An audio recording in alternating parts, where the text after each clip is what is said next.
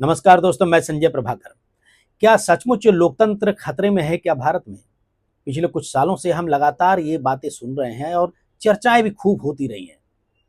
क्या डिक्टेटरशिप चल रहा है और डिक्टेटरशिप का एक तरीका बदल गया है? क्योंकि अब लोग ये भी चर्चा कर रहे हैं दोस्तों कि लोकतंत्र का मजाक अगर आपको देखना है तो जरा देश के सियासी नक्शे पर इस समय नजर दौड़ाइए।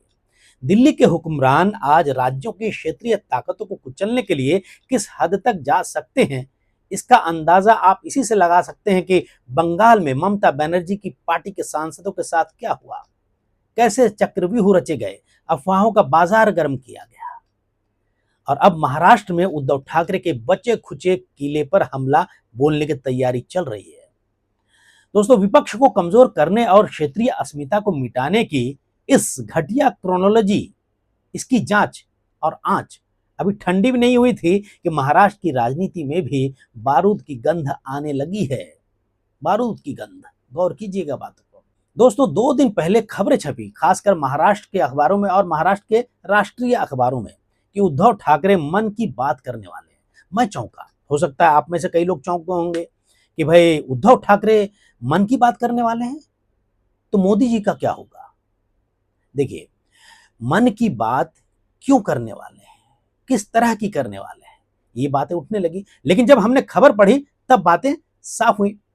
और उद्धव ठाकरे के मन में क्यों आया कि वो मन की बात करें? किनसे करेंगे मन की बात? जनता से नहीं, महाराष्ट्र से नहीं, अपने ही सांसदों से। पिक्चर क्लियर हो गया। वही सांसद जिनके बारे में पिछले कई दिनों से राजनीतिक गलियारों में तरह तरह की चर्चाएं चल रही हैं। कोई कह रहा है कि सब साथ हैं, 9 के 9। उद्धव ठाकरे गुट के 9 सांसद हैं, तो 9 के 9 जो है एकदम मुट्ठी की तरह साथ हैं और उद्धव ठाकरे के साथ है। और तो कोई कह रहा है कि कुछ लोग नाराज हैं इन 9 में से, और कोई कह रहा है कि महाराष्ट्र में एक नया राजनीतिक खेल शुरू हो चुका है जिसका नाम रखा गया है ऑपरेशन टाइगर। जिसका नाम रखा गया है ऑपरेशन टाइगर। भाई, जब नाम ही ऑपरेशन टाइगर है तो समझ लीजिए कि दिल्ली के पिंजरे में बंद करने के लिए किसी बड़े शिकार की तैयारी है। अब ऐसे में सवाल यह सामने आता है कि अगर सब कुछ ठीक है उद्धव ठाकरे के गुट में, तो मातोश्री पर इतनी जल्दी जल्दी बैठकें क्यों हो रही हैं? अगर परिवार एकजुट है, शिवसेना का परिवार, उद्धव ठाकरे की जो शिवसेना है उस परिवार की मैं बात कर रहा हूं, कि अगर परिवार एकजुट है तो भरोसे की गिनती क्यों हो रही है? और अगर खतरा नहीं है तो डर किस बात का है? तो दोस्तों, राजनीति में डर हमेशा हार से पैदा नहीं होता। कई बार डर जो है यादों से पैदा होता है, यादों से, बीते हुए कल से। और उद्धव ठाकरे ने वो सब देखा है जो शायद देश के किसी नेता ने नहीं देखा होगा और ना देखना चाहिए। पहले पिता की विरासत संभाली, फिर मुख्यमंत्री बने महाराष्ट्र के, फिर सरकार गई, फिर पार्टी टूटी, फिर चुनाव चिन्ह चला गया। और अब अगर फिर से सांसदों के टूटने की चर्चाएं हो रही हैं तो जाहिर है दोस्तों की बेचैनी होगी ही, किसे नहीं होगी। लेकिन असली कहानी यहीं से शुरू नहीं होती है। असली कहानी शुरू होती है दिल्ली के उस चाणक्य के घर से या ऑफिस से, जिसे कि लोग बीजेपी के चाणक्य कहते हैं, अमित शाह, हमारे देश के गृह मंत्री, और मुंबई के उनके सिपह सालार एकनाथ शिंदे, पूर्व मुख्यमंत्री और इस समय महाराष्ट्र के उप मुख्यमंत्री हैं, दमदार नेता हैं। तो अमित शाह और एकनाथ शिंदे की सत्ता की उस अंतहीन भूख से वो कहानी शुरू होती है जो बुझने का नाम नहीं ले रही है। ये चर्चाएं हो रही हैं। लेकिन दोस्तों, अब कहानी में एक नया ट्विस्ट आ गया। कब? 2 दिन पहले, 14 जून को, रविवार को। जगह मातोश्री है और माहौल ऐसा जैसे कोई इमरजेंसी मीटिंग हो। और वजह, महाराष्ट्र की राजनीति में अचानक एक नाम जंगल की तरह फैला, ऑपरेशन टाइगर।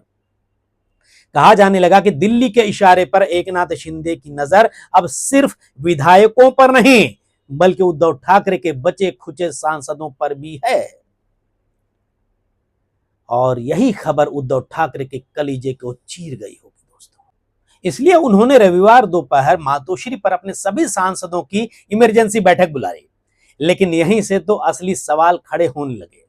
उद्धव ठाकरे के पास लोकसभा में कुल 9 सांसद हैं, आप जानते हैं।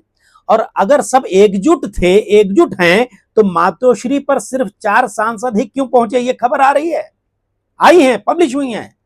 आखिर बाकी 5 सांसद कहां गायब थे, ये सवाल उस समय भी उठ रहे थे।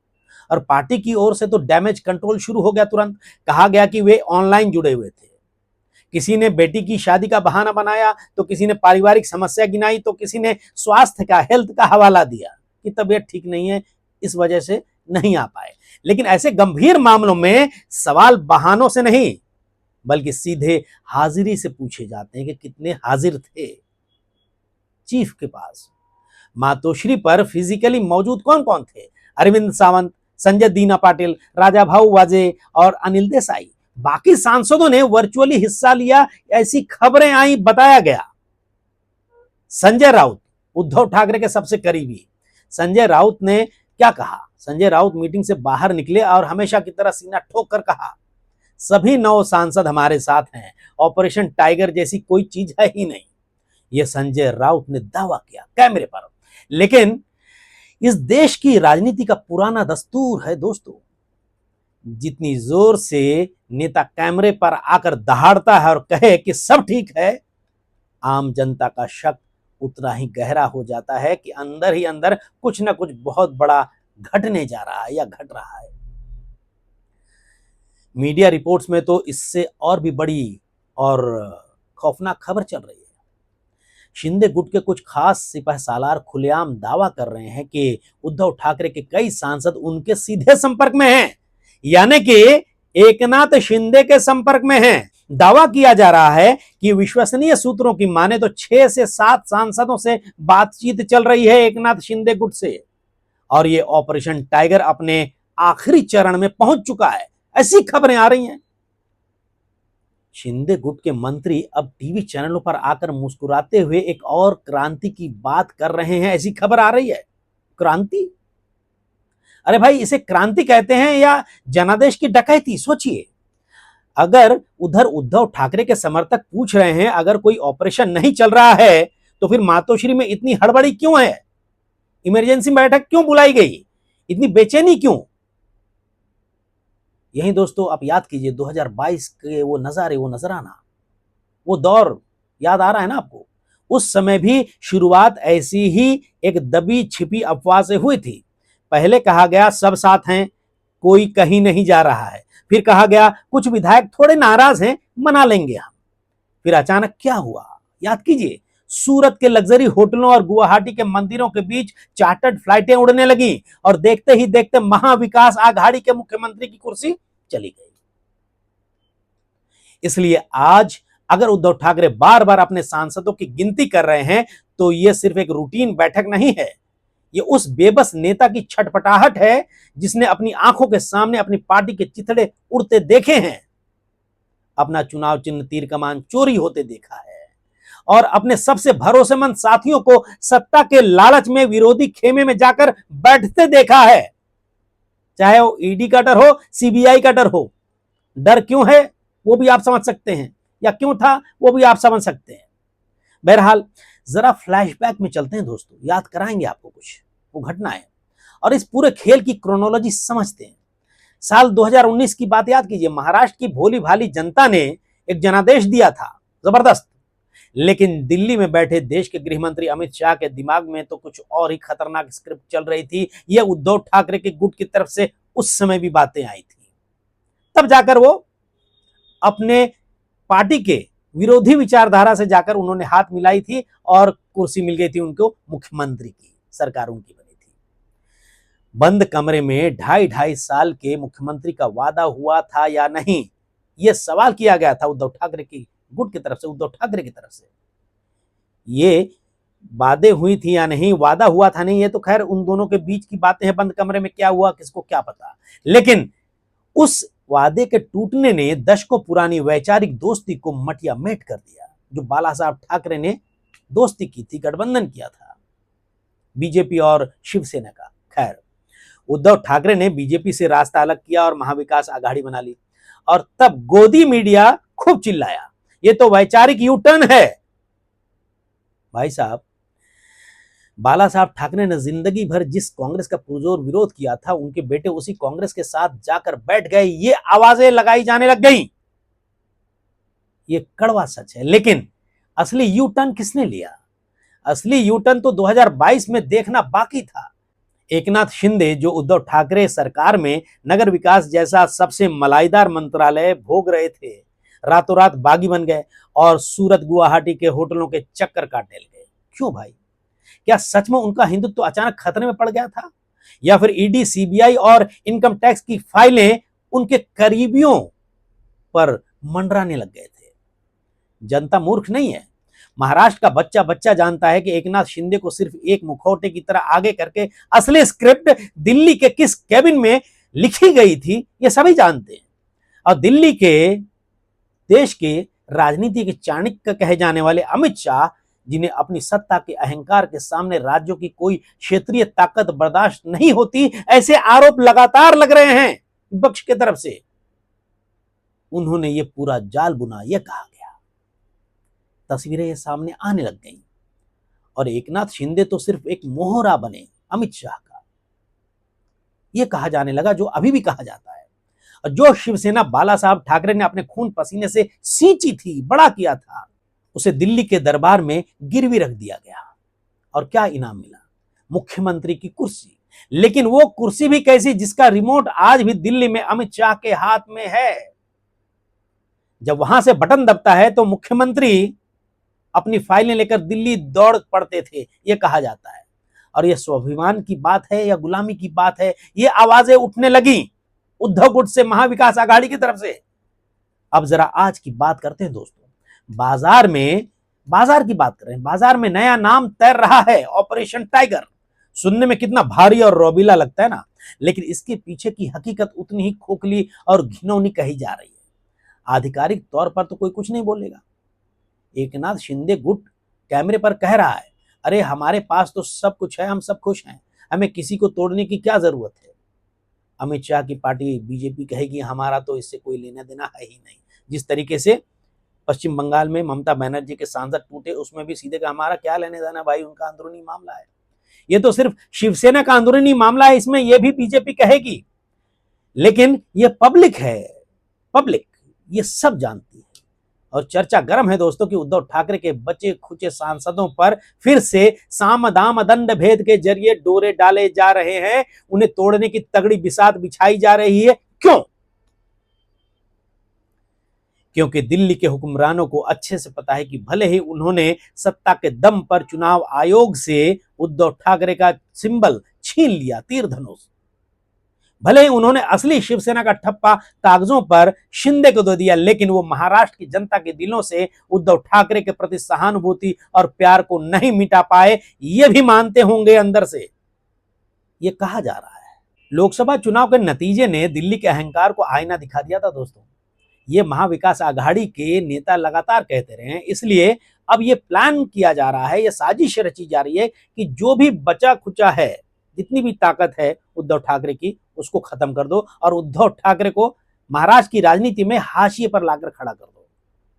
लेकिन आज एक सवाल यह भी उठता है दोस्तों कि जो सांसद और विधायक बार बार अपनी पार्टी से गद्दारी कर रहे हैं और सत्ता की तरफ भाग रहे हैं और बीजेपी से हाथ मिला रहे हैं, इसकी असली वजह क्या है, ये भी आप जानते हैं। उनके बिजनेस, उनके लाखों करोड़ों रुपए के, अरबों रुपए के जो है अलग अलग बिजनेस, चाहे कॉन्ट्रैक्ट्स हों, बड़े बड़े प्राइवेट इंस्टीट्यूशंस हों, जिला सहकारी बैंक हों या फिर चीनी मिल हों, इन सब के पीछे उनको ताकत चाहिए, सत्ता की ताकत। क्योंकि अगर ये कुछ गड़बड़ ना कर रहे हो तो डरने की क्या जरूरत है ईडी और सीबीआई से। जब आप विपक्ष में बैठते हैं तो सत्ता का हंटर चलता है। हंटर क्यों जलता है? अगर कुछ गलत कर रहे हो तभी चलता होगा, वरना डरने की क्या जरूरत है। और ये जो अरबों करोड़ों रुपए के धंधे खतरे में पड़ जाते हैं, तब जाकर लोग पाला बदल लेते हैं। अब ऊपर से अमित शाह की वो बीजेपी की वो जादुई वॉशिंग मशीन दोस्तों हर वक्त 24 घंटे तैयार रहती है एकदम।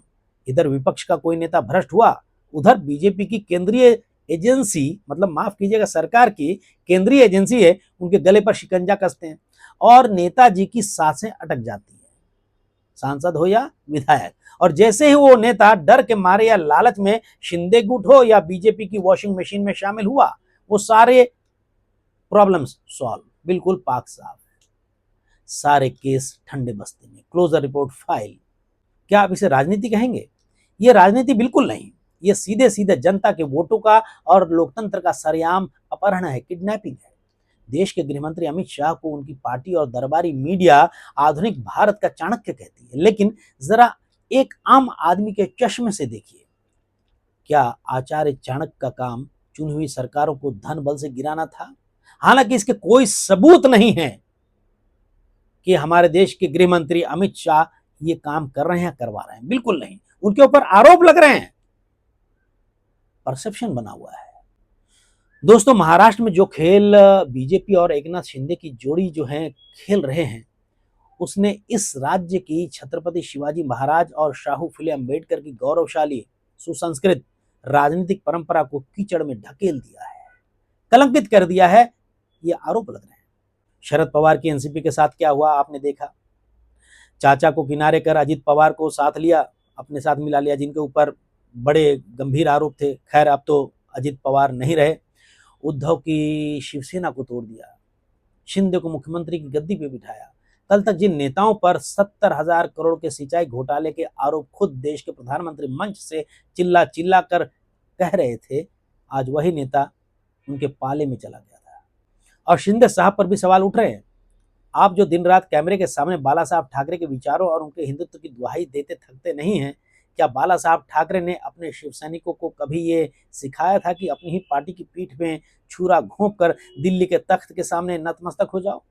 हालांकि इस आरोप का जवाब लगातार एकनाथ शिंदे देते रहे हैं कि बाला साहब ठाकरे की विचारधारा के साथ समझौता किया उद्धव ठाकरे ने, इसी वजह से उन्होंने उद्धव ठाकरे का साथ छोड़ा और आज असली शिवसेना और बाला साहब ठाकरे की विचारधारा, असली विचारधारा उनके साथ है।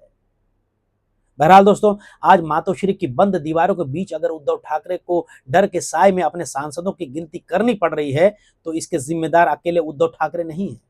इसके असली जिम्मेदार वो लोग हैं जिन्होंने धन बल, बाहुबल और सत्ता बल के दम पर इस पूरे राज्य की राजनीति को एक खुली मंडी बना दिया, मंडी जहां जनता के प्रतिनिधियों यानी विधायक और सांसदों की बोलियां लग रही अंदर अंदर।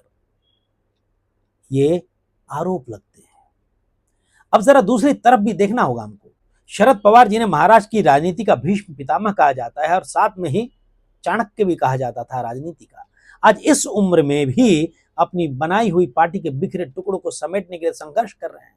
सुप्रिया सुले और शरद पवार एक तरफ अकेले पड़ रहे हैं, तो अजित पवार गुट, वो अजित पवार की पत्नी सुनेत्रा पवार जो हैं, वो अब सूत्रधार बनी हुई हैं, मंत्री हैं महाराष्ट्र की।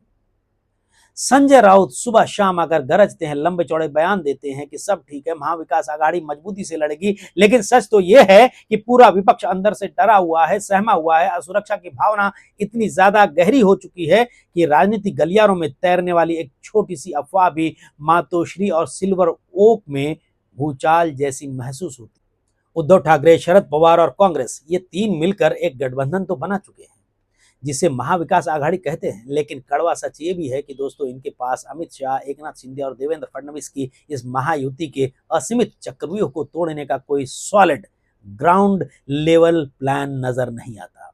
और महायुति के पास क्या है आप जानते हैं? उनके पास तिजोरी की चाबी है, असीमित संसाधन है, ताकत है, उनके पास पुलिस है, प्रशासन है और सत्ता की हनक भी है। उनके पास दिल्ली दरबार का पूरा वरद हस्त है और इन सबसे बड़ी बात, उनके पास सत्ता का वो चरम पावर है जो चीख चीख कर कहता है कि हम जिन्हें चाहें उनको अपने पाले में ले सकते हैं। और एकदम ताजा तरीन केस है पश्चिम बंगाल का केस। ममता बनर्जी के सांसद 20 कट के अलग हो गए उनकी पार्टी से। आज विपक्ष के पास सिर्फ लाचार सवाल हैं दोस्तों। जब लोकतंत्र में विपक्ष खुद को इतना असुरक्षित महसूस करने लगे दोस्तों, तो समझ लीजिए कि आम जनता इस पूरे सिस्टम से भरोसा टूटने लगा है। आज एक आम इंसान होने के नाते, एक वोटर होने के नाते आप सोचिए, इस देश के तथाकथित कर्णधारों से एक सीधा और तीखा सवाल पूछिए। अगर कल को उद्धव ठाकरे का कोई और सांसद या विधायक पाला बदल लेता है, आधे से ज्यादा चले जाए, तो आप असली दोष किसे देंगे? उस बिकने वाले रीढ़ विहीन नेता को, उस लाचार पार्टी को जो अपने कुनबे को संभाल नहीं पाई, या फिर केंद्र और राज्य के उप मुख्यमंत्री शिवसेना का चीफ एकनाथ शिंदे की उस जोड़ी को, जो इस पूरे लोकतंत्र को एक कमर्शियल सुपरमार्केट समझ चुके हैं, ऐसा कहा जा रहा है, जहां हर चीज बिकाऊ है यह कहा जा रहा है। आज के इस राजनीति में विचारधारा नाम की कोई चीज बची ही नहीं। सब विचारधारा बदल रहे हैं। विचारधारा छोड़ के अपनी कुर्सी बचा रहे हैं, अपना बिजनेस बचा रहे हैं, अपना फ्यूचर बचा रहे हैं, जेल जाने से बच रहे हैं। डर क्यों रहे? ईडी सीबीआई से जरूर कुछ ऐसी बातें होंगी, वरना अपनी जगह अडिग रहे। बहरहाल नेता कपड़ों की तरह अपनी वफादारी और अपना राजनीतिक पाला बदल रहे हैं दोस्तों। कल तक जो एक दूसरे के सरेआम पानी पी पी कर गालियां देते थे, विरोध करते थे, आज वो सत्ता के फेविकोल से चिपक कर भाई भाई बनकर घूम रहे हैं। और सभी देख रहे हैं, सभी देख रहे हैं, सब लोग देख रहे हैं। बहरहाल इस वीडियो पर आप जरूर बताइएगा दोस्तों कि आप क्या सोचते हैं। मातोश्री में चल रही है आपातकालीन बैठक सिर्फ उद्धव ठाकरे की राजनीतिक परीक्षा नहीं है, ये इस बात का आखिरी लिटमस टेस्ट है, क्या महाराष्ट्र की इस पावन मिट्टी में अब भी कोई खुददार नेता बचा है जो सत्ता के असीमित लालच और केंद्रीय जांच एजेंसियों के खौफ के आगे बिना झुके सीना तानकर खड़ा रह सके। क्या बाला साहब ठाकरे की वो आक्रामक विरासत सिर्फ पोस्टरों और भाषणों के नाम पर रह जाएगी, या उस विरासत में आज भी वो दम बाकी है जो दिल्ली के दम्भी ताकत को सीधी चुनौती दे सके? ये देखना होगा। हालांकि उद्धव ठाकरे लगातार कहते रहे जब से उनकी पार्टी दो फाड़ में बट गई कि बाला साहब ठाकरे की पार्टी के असली वारिस वही हैं। और लोकतंत्र में सबसे बड़ा खतरा ये नहीं होता दोस्तों कि कोई पार्टी चुनाव हार गया या किसी की सरकार गिर गई। सबसे बड़ा और जानलेवा खतरा तब पैदा होता है जब देश के आम नागरिक का इस पूरी लोकतांत्रिक व्यवस्था और निष्पक्ष सिस्टम से भरोसा उठ जाए। और आज महाराष्ट्र की सियासत एक ऐसे खतरनाक टर्निंग पॉइंट पर आकर खड़ी होती नजर आ रही है, जहां सत्ता पक्ष और विपक्ष के बीच मुकाबला बराबरी का तो बिल्कुल नहीं है। नमस्कार।